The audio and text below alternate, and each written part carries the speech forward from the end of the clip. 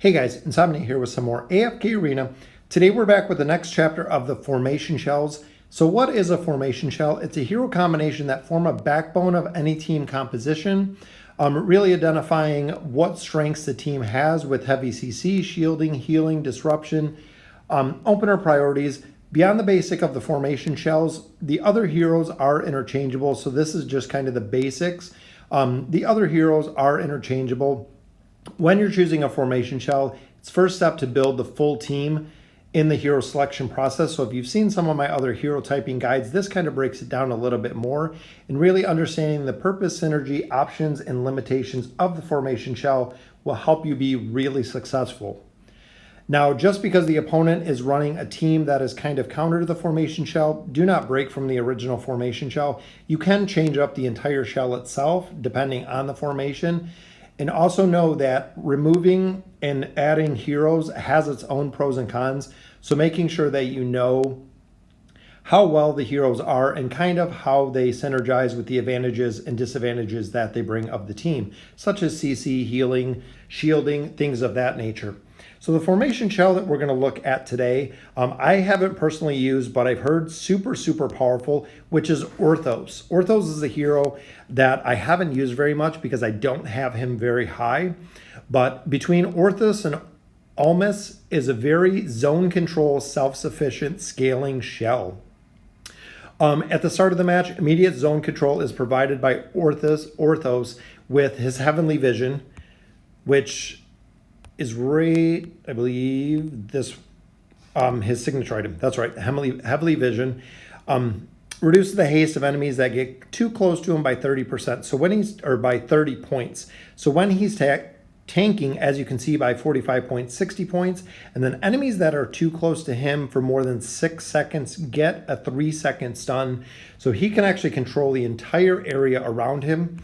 Combining that with his Nirta, deals 200 damage to a single enemy target and prevents them from recovering energy for 9 seconds. So he is an energy, absolute energy diminishing. And with his time trap ability, at the beginning of the battle, he sets up time traps that target 2 individual enemies.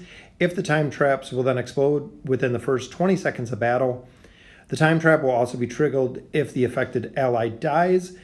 Level 3 is the big one. Enemies injured by the explosion are stunned for 3 seconds. So not only does he have an ability to stun enemies that are near him with a signature item, Time Trap has the ability to stun enemies as well, and the other ability to actually lock out the energy recovery. So very strong.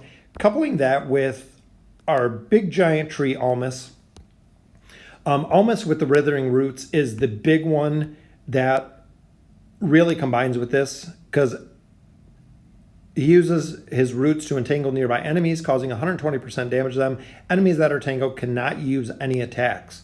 So essentially, with the CC and the energy reduction that Orthos provides and the Withering Roots ability that Ulmus provides, makes it very solid together. And as the match progresses, nearly limitless scaling is provided by Orthos with his Celestial Vigor and Ulmus's Deep Roots ability. So Ulmus's Deep Roots ability immediately recovers 40% of his max health and he makes himself immune to all crowd control abilities. If Ulmus possesses enough energy while he's rooted, he will use 35% of his energy to strengthen his normal attacks. Which again, he has the rooting ability and he's eliminating the CC. Combining that with Ulmus's ultimate ability, or his Celestial Vigor, is the big one. Max health is increased by 2.5%. The ratio of his health will not be affected by the new increased value. After 30 seconds, he becomes immune to crowd control abilities. So again, with both of them being scaling heroes, Ulmus will be immune to crowd control abilities. Orthos will be immune to crowd control abilities. So 2 very powerful heroes that you can't do anything to CC them. Simultaneously, Ulmus also has support and sustain tools in his toolkit with the Life Torrent and the Forest Oath ability, especially providing additional shielding. The Orthos shell works best with other formation shells, such as the Tassian Namora shell, again with the survivability. they provide a lot of CC to this shell, so actually working together. My favorite is Leica and Iran, just because of the amount of damage that Iran puts out with the haste and the energy buff that Leica does. Makes it very, very powerful. This shell, unfortunately, is very weak against heal reduction because it's very orientated on making sure your heroes stay up and the healing ability. So heroes such as Pharrell and Khazard have a pretty easy time defeating the shell, but overall the shell is very, very powerful. Ulmus himself is most vulnerable at the start of the fight. That's why it's very, very important for him to get the Deep Roots ability off. Once he goes Deep Roots with his ultimate ability, a lot of times at that point he can start to carry the team, and it is very, very hard to kill him at that point. But we'll go ahead and look at some of the compliments. Of course, most of the Celestials, especially Mahira, because of her control ability, her ultimate ability and her Whiplash ability makes a very big difference because they are recovering energy to your team and increasing haste, where Mesmerize is doing mass CC, which is similar to what the Orthos and Ulmus does together, limiting what they can do. Khazard, of course, is another hero just because of his not only nuking ability, but the CC to buy time for Orthos and Ulmus to really scale, and buying time with the Frozen Mist ability that can actually freeze heroes. So again, adding another CC component to it. Same with Athalia, of course. Athalia, sustainable DPS, big time nuke. Formation altering, again, buying Orthos and Ulmus time. They are scaling heroes. They need the time to get up and get scaling, but once they're scaled, after at least the first 30 seconds, not much can really take them down as far as the formation shell. Pharrell, of course, his high damage threat, scaling, and again, the CC with the heal reduction with his Terrorize ability makes a big difference, especially with a signature item, where here you're nerfing the attack rating of all enemies by 1.5% and health recovery rates, so you can actually get the enemies down. Some of the other heroes are, of course, the bigger nuking heroes, such as Sophia.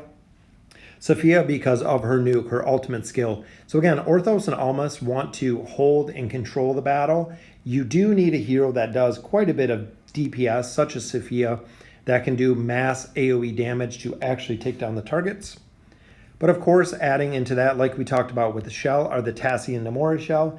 Tassie has the faction bonus, sweeper potential with CC. They have the scaling ability. She can be a frontliner, teleport ability, banish ability, sleep ability. Overall, awesome at CC. Same with Namora. Namora and Ulmus go really well hand in hand because of the shielding ability and the healing ability to really buy time to get them to scale. Another great one is Iran, like we were talking about before. Iran is very, very powerful. He has the faction bonus and the early kill pressure and synergy of the zone control with CC between Ulmus and Orthos. Like I said, if you have Ulmus and you have Orthos in the front line, Iran in the position 4 in the back line, they have a lot of CC that they're already bringing to the battle with the roots and with Ulmus's ability. So the Iran and the Leica combination with her awe ability, raising their attack speed as well as the energy regen, makes it very, very tough to deal with this team. And that's why the Orthos and Ulmus, I put both their names together, works so well together. So overall, very, very powerful shell. Once they get the ability to scale, it's very, very difficult to kill the team, especially with once Ulmus gets the Deep Root ability and Orthos gets 30 seconds into the battle, because they can no longer be CC'd. And that's a big one. Even with Arthur, that's another big thing with him being a dimensional hero, is the CC when you get his signature item up. Is if you look at his plus 30, when there are 2 or more rallied allies on the battlefield, they are immune to control abilities, which makes it very, very overpowering when you look at the long game. So let me know what you guys think about the Orthos Ulmus shell. We do have one more shell formation that I'll be covering soon. So let me know in the comments what you think. And as always, thank you guys for watching.